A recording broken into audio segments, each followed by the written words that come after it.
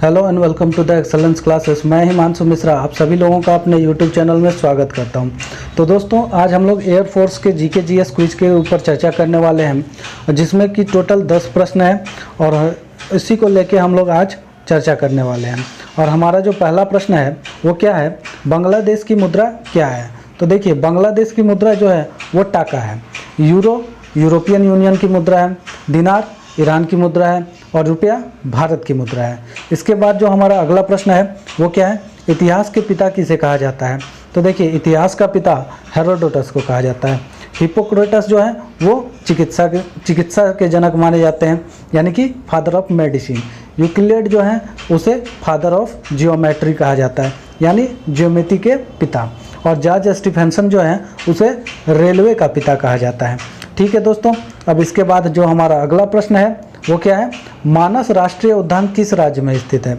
तो देखिए, मानस राष्ट्रीय उद्यान जो है वो असम राज्य में स्थित है। असम राज्य में एक और उद्यान है जिसका नाम है काजीरंगा नेशनल पार्क। और काजीरंगा नेशनल पार्क वो किस लिए प्रसिद्ध है, तो वो है एक सींग वाले गैंडों के लिए प्रसिद्ध है। इसके साथ ही साथ असम से रिलेटेड एक और मंदिर के बारे में पूछा जाता है। वो क्या पूछा जाता है कि कामाख्या देवी मंदिर कहाँ पर स्थित है। तो कामाख्या देवी मंदिर जो है वो असम में ही स्थित है।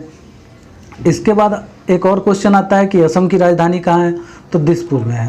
ठीक है दोस्तों, अब अपने अगले प्रश्न की तरफ चलते हैं। हमारा अगला प्रश्न क्या है, निम्न में से किस भारतीय राज्य से होकर कर्क रेखा गुजरती है। तो देखिए, कर्क रेखा कर्क रेखा जो गुजरती है वो गुजरात राज्य से होकर गुजरती है। अब इसे वैसे भारत में 8 राज्यों से होकर कर्क रेखा गुजरती है, जो इस तरह से है, मिजोरम, त्रिपुरा, पश्चिम बंगाल, राजस्थान, गुजरात और झारखंड। ठीक है दोस्तों, अब इसके बाद हमारा अगला प्रश्न क्या आता है, तो अगला प्रश्न है भारतीय राष्ट्रीय कांग्रेस का विभाजन कब हुआ। तो देखिए, भारतीय राष्ट्रीय कांग्रेस का विभाजन जो है वो 1907 में हुआ था। और ये 1907 में हुए कांग्रेस अधिवेशन की अध्यक्षता किसने की थी, तो रास बिहारी बोस ने की थी। अब इसके बाद 1907 में कांग्रेस का अधिवेशन हुआ था कहाँ, तो वो हुआ था सूरत में। अब इसके बाद हम अपने अगले प्रश्न की तरफ चलते हैं।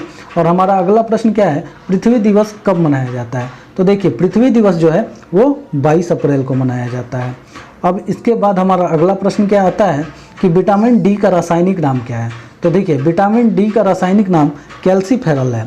अब अगर हम टेकोफेरल की बात करते हैं तो ये विटामिन ई का नाम है।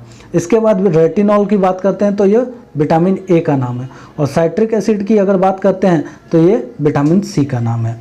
चलते हैं हम अपने अगले प्रश्न की तरफ। और हमारा अगला प्रश्न क्या है, रैम का पूर्ण रूप क्या होता है। और रैम का पूर्ण रूप जो है वो होता है रैंडम एक्सेस मेमोरी।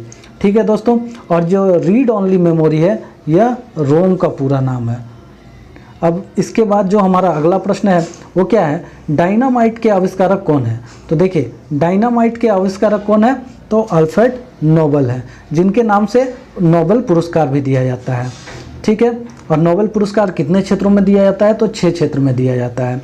ठीक है दोस्तों, इसके बाद जो एडिशन है ये जॉन एल्वा एडिशन है, जिन्होंने बल्ब का आविष्कार किया था। ठीक है, अब हम अपने अगले प्रश्न की तरफ चलते हैं। और हमारा अगला प्रश्न क्या है, किस अधिनियम के तहत प्रांतों में द्वैत शासन को समाप्त किया गया था। तो देखिए, प्रांतों में द्वैत शासन को समाप्त करने वाला जो अधिनियम था वो क्या था, तो 1935 अधिनियम।